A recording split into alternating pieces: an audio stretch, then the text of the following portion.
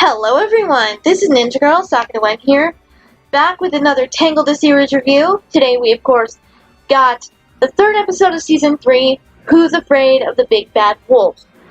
And this episode was pretty fun, although I saw some of the plot twists coming. But anyway, before I get into spoilers and kind of what happens in the episode, I will of course give you guys a moment to go ahead and click off the video if you have not seen the episode yet, because I'm going to be getting into spoilers.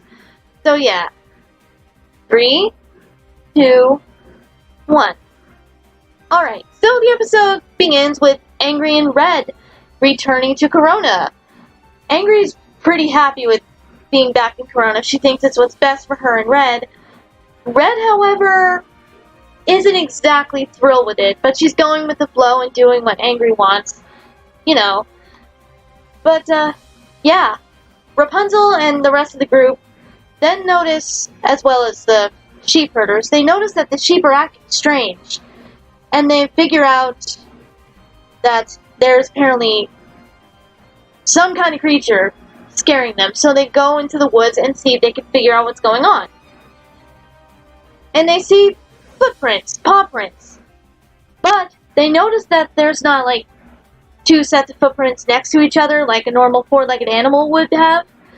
So they realize this must be some kind of humanoid creature, because it stands on two legs. So yes, a monster has invaded Corona. And they think they spot who or what it might be as they're going through the woods. And Rapunzel manages to catch this person, this thing, with her hair, of course. And it turned out to be a werewolf hunter. Oh boy. So yes. She has figured out, I forget her name, let me see. I'm sure the wiki page has it somewhere, I just want to have that right. Creighton, that's it. Good. Glad I had that up. So yes, she is a captain werewolf hunter and has figured out that there is a werewolf in Corona. And, she explains exactly how this happens. When a person has suppressed rage or whatever, the spirit basically takes over them and becomes a werewolf permanently, pretty much. And there is apparently a mark which gives away who the person is, according to them. And Creighton wants to kill the werewolf, not just capture her, which Rapunzel is not happy with. So she decides to throw her out. And, they figure they can just handle this themselves. But then, when Rapunzel steps back outside again, she sees that everybody in Corona's up in arms and kind of agrees with Creighton on this. So, yeah, basically the race is on to find the werewolf before Creighton does, so that they can still stop this curse and save whoever it is that has it. Because after all, it is one of Rapunzel's subjects.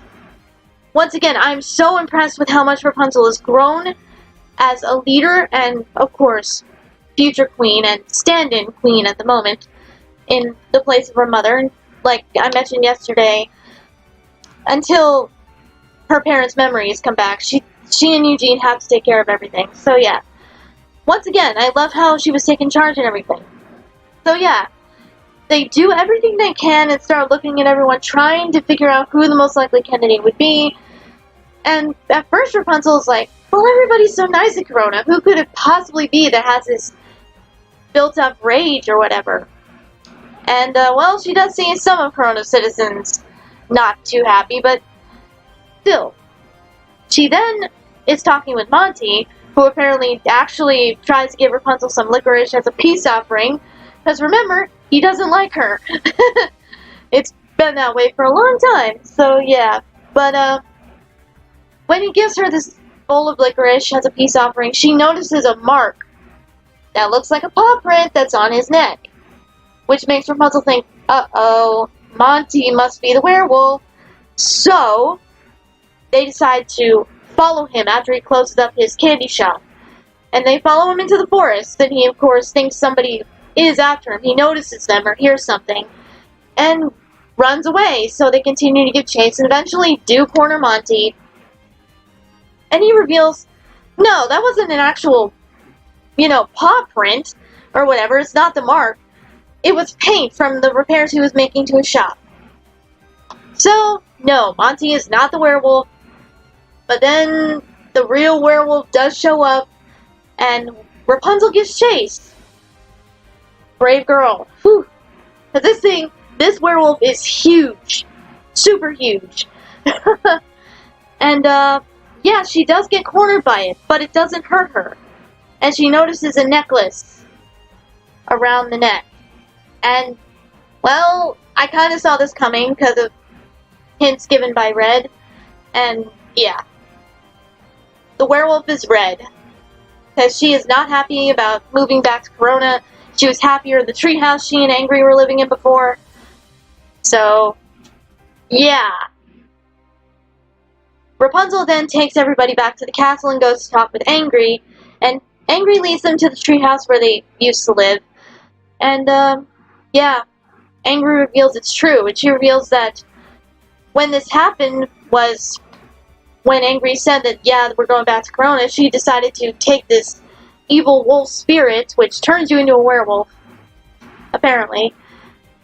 She decided to accept its offer to finally be heard, because deep down, Red is tired of really nobody listening to her, and people kind of just forcing her to do things. She wanted to stand up for herself, and this spirit offered her that power, and she had accepted it.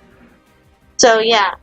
However, Rapunzel does see in this book that she had, which Creighton had left behind, she does see that there might be a way to reverse this. So, she tried to take Angry and Red and help Red get rid of this evil wolf spirit within her by having her say a spell. And, well, she does start to say it, and it seems like everything's going to be okay, they're going to get rid of this curse, everything will be alright. But Red, however, says, you know what, maybe I like being the wolf, because I finally can stand up for myself and people will listen to me. And I don't even like the name Red. And it's also revealed, their real names are revealed, but not quite yet. Anyway, so yeah, Red actually doesn't want to do this. And, yeah, then Creighton shows up and reveals that the spell she was having Red say, that Rapunzel was having Red say, was a fake. She put it in the book so that she would be able to corner the werewolf when the time was right, and yeah. And Rapunzel tries to protect Red and say, don't touch Red. She's a kid. She's just a little girl. Leave her alone. But Creighton is like, no. She's not a little girl anymore. And, well, Red gets angry again and turns back into the wolf and runs off. And everyone, of course, gets chased trying to help her and stop Creighton from killing her.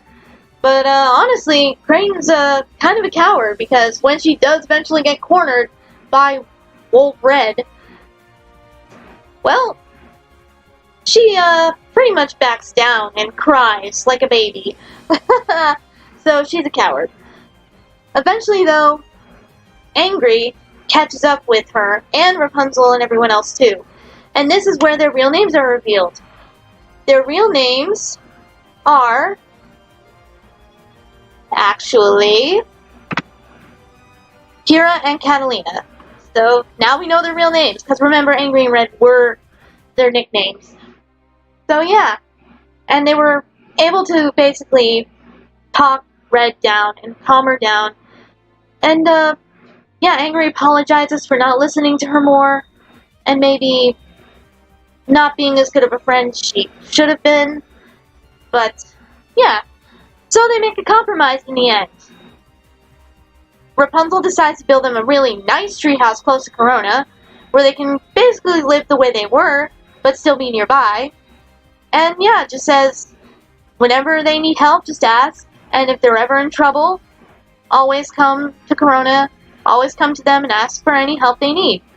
So yeah, and they're both, of course, very grateful and happy in the end. They're glad and very pleased with their new surroundings. And, yeah, they even give them some old paintings that they had. Actually, painter's block is referenced in the episode. So, Yeah, pretty cool. Anyway, but yeah, there's all these cool paintings they had, and they give them to him. And Rapunzel just says that keeping anger built up inside is not good for anyone when she looks at a picture that she painted of her and Cass. And then the scene switches over at the end to Cassandra, who is not able to call upon the power of the Moonstone because, as the spirit from the first episode of Season 3 shows up and reveals, anger is what powers Moonstone's power. So Cassandra needs to remember the anger and rage she felt and what Rapunzel did to her to call upon its power. So, she does. And she's starting to get the hang of it, I guess, now. But yeah, I'm calling it right now. That ghost is Zontiri. That is Zontiri's spirit somehow. I'm guaranteeing it, calling it right now. Although it does look like the spirit from Painter's Block, but since Cassandra saw that spirit and saw that person, I doubt it's the same. So I'm guessing it's Zontiri. In disguise, probably. Oh boy. But yeah, we're still getting more plot, even though they're having these more, not as intense episodes. I wouldn't call them filler, but yeah.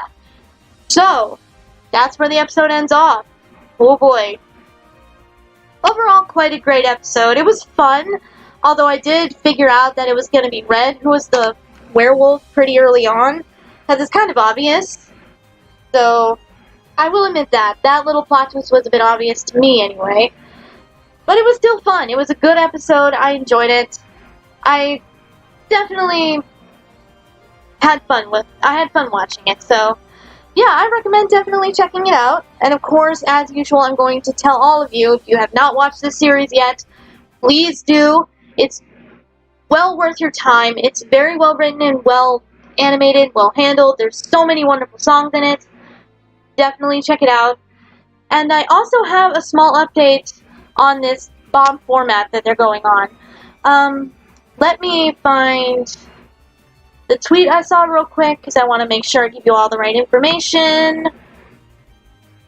Where is it?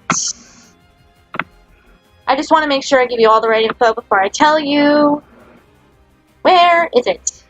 Aha! Here we go. Here we go. There is going to be a hiatus. So, yes. After October 18th, Season 3 will be on hiatus, and there will be reruns starting October 21st. So, if you have not been able to catch every episode in the next couple weeks leading up to the 18th, you will have a chance to see them all again. There is going to be a hiatus. Please don't be a 6-month-long one. For the love of God, let it be a short hiatus. I mean, I don't want to see the show end so soon, but I don't want another 6-month hiatus either. So yeah, that is some important info I thought I should let you guys know about. There is going to be a hiatus. We don't know how long yet, starting after the 18th, so the following Monday. But other than that, I think that will do it for this video and this review. I thought the episode, again, was a lot of fun. And, yeah, I look forward to whatever comes next. And I do like that they are giving updates with Cassandra the entire time. They're building up, I think, to the mid-season. So, oh boy. I'm excited, and I hope you guys are too. Ugh, this show is so good. But yeah, until tomorrow's episode, I will see you guys next time.